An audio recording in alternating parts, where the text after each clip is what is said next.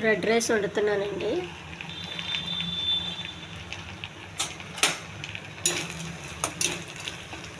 ఒక glass red rice అండి. 4 గ్లాసులు వాటర్ పోయాలి. ఈ రైస్ కొంచెం జిగురుగా ఉంటుందండి. మనం ఎక్కువ నీళ్ళు పోసుకొని వంపేయాలి. వంపేస్తే జిగురు పోతుంది, కానీ వంపకూడదండి. వంపితే అందులో ఉన్న విటమిన్లు అన్నీ పోతాయి.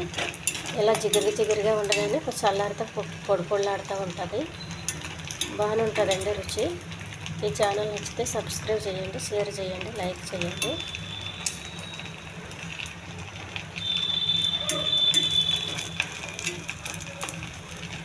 ఎక్కువ టైం తీసుకుంటుందండి ఉడకడానికి అయితే.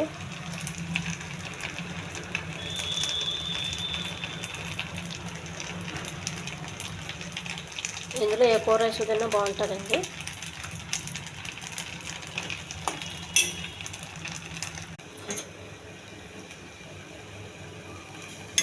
రెడ్ రైస్ రెడీ అయిందండి.